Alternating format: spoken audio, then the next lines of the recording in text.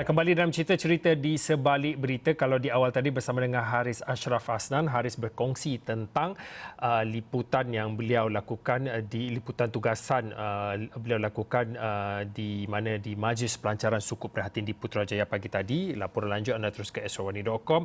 Juga untuk waktu ini saya ingin bersama dengan Hasimi Muhammad. Hasimi adalah wartawan yang kami tugaskan untuk membuat sepanjang liputan dalam kempen pilihan raya kecil DUN N58 DUN Slim ini.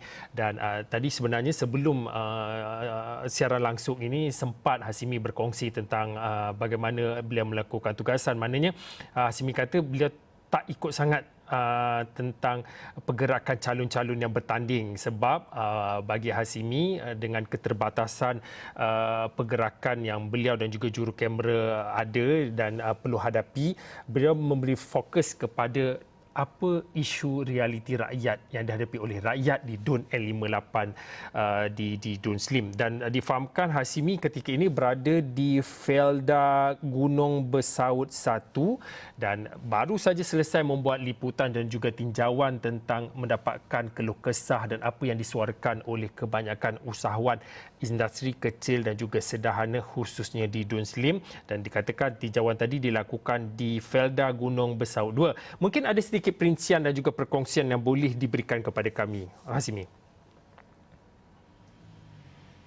Baik, terima kasih Fauzi di Bukit Kewangan. Betul, ketika ini saya berada di Felda Gunung Bersaut 1. Sebenarnya lokasi antara Felda Gunung Bersaut 1 dengan Felda Gunung Bersaut 2 ya tidak jauh, sebelah-sebelah saja sebenarnya. Jadi sebenarnya tadi kita terpaksa ke sini kerana keadaan cuaca tidak mengizinkan. Jadi apa yang tumpuan yang kita lakukan juga di Felda Bersaut 2 itu adalah pastinya untuk mendapatkan suara dan harapan anak peneroka generasi kedua khususnya mengenai isu-isu ataupun apa harapan mereka menjalannya PRK DUN Slim ini juga ataupun apa isu yang membelenggu mereka setakat ini. Jadi antara yang dibangkitkan adalah mengenai isu perumahan generasi kedua, hak pemilikan dan sebagainya yang mana mereka mengharapkan bahawa pemilikan rumah itu lebih mudah dan cepat kerana setakat ini dianggarkan generasi 2 di Bersaut 2 sahaja lebih kurang 2,000 orang di kawasan tersebut dan hanya projek ketika ini dibangunkan ketika ini adalah lebih kurang 120 buah rumah saja, maka ramai lagi generasi kedua yang tidak memiliki rumah berdepan dengan masalah kesukaran dari segi dokumen dan sebagainya kerana tidak mempunyai pendapatan tetap seperti tiada slip gaji dan sebagainya. Itu antara keluh kesah ataupun harapan yang disuarakan oleh generasi kedua Felda di Bersaut 2 ini ataupun kita panggil gugusan Slim ini kerana selain daripada Bersaut 2 ada juga generasi kedua dari Bersaut 3 yang turut meluahkan harapan beliau sebentar tadi. Jadi kita lihat dari sudut itu mereka begitu mengharapkan dari segi pemilikan rumah untuk memiliki rumah atau kediaman sendiri kerana rata-rata ketika ini tinggal bersama generasi pertama atau ibu bapa mereka dan sudah pun berkeluarga dan sebagainya. Selain menyuarakan juga harapan dari segi bantuan kepada IKS dan juga ekonomi di situ untuk dibangunkan kerana menurut mereka peluang pekerjaan ada di sini cuma dari segi kemahiran dan juga tunjuk ajar itu tidak sepenuhnya atau tidak diberikan, tidak sampai ke sini menyebabkan IKS itu sedikit terbantu perkembangannya, bagaimana mereka mahu memasarkan produk-produk mereka khususnya kerana sebentar tadi kita juga berkesempatan untuk menemu bual pengusaha tempe, selain juga berkesempatan untuk menemu bual usahawan peternak kambing. Jadi suara-suara mereka diluahkan bagaimana mereka mahu bangkit selepas PKP Perintah Kawalan Pergerakan ini dan juga kesan impak daripada COVID-19 disuarakan oleh mereka. Walaupun kita sedar bahawa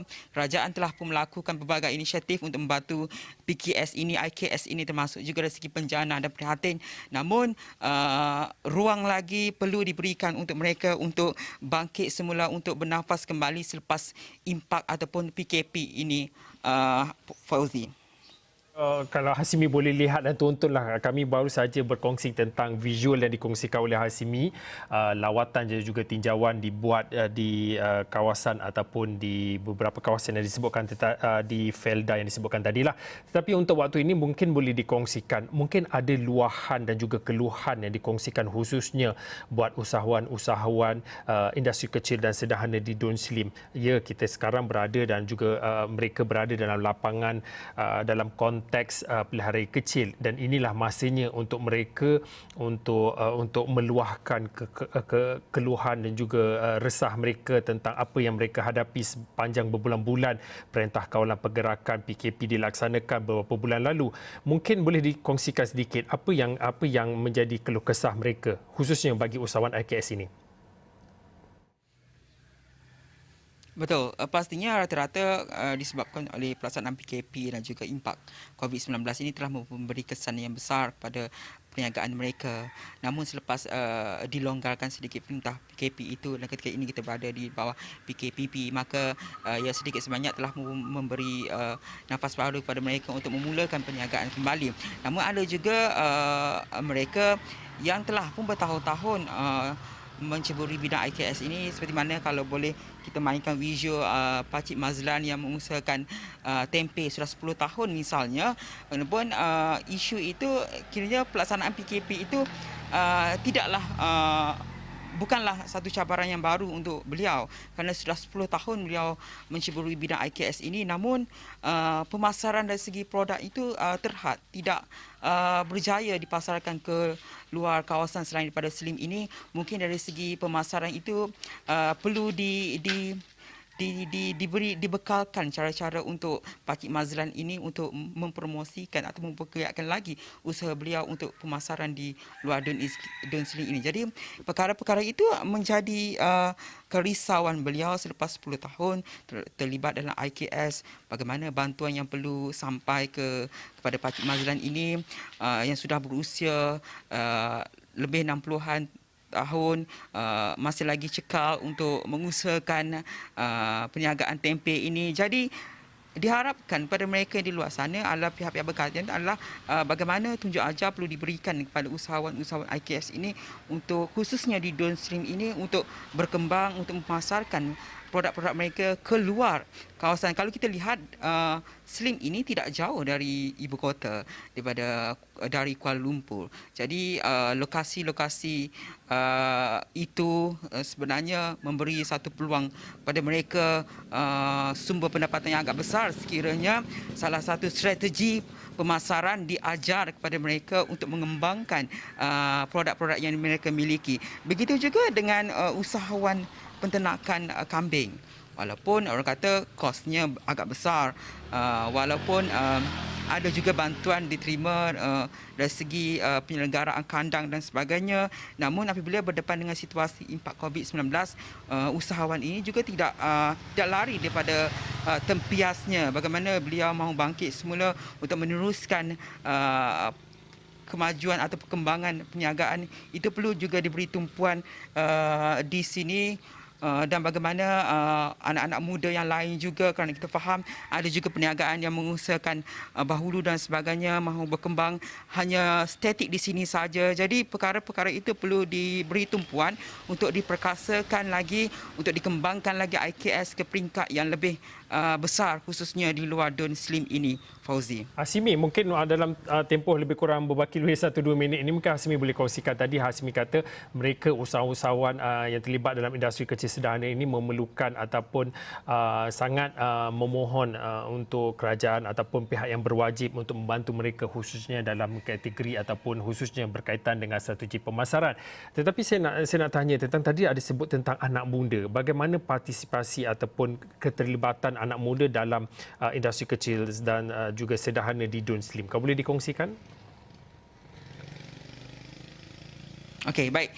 Kalau secara jujurnya kita masih lagi belum sempat bersemuka secara jelas atau rapat dengan anak belia, kerana kebanyakan mereka tidak berada di sini.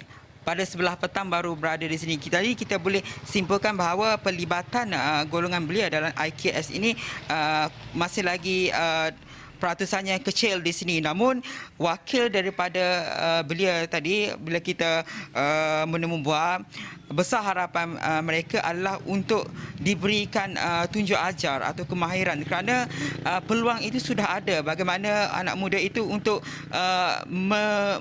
menyertai IKS itu ataupun menarik minat mereka untuk menyertai IKS itu. Jadi kita percaya bahawa dengan adanya tunjuk ajar, mereka yang berada di luar daripada Besau 2 ini yang mencari pekerjaan di luar mungkin sedikit sebanyak menarik minat mereka untuk terus membangunkan IKS di kampung sendiri.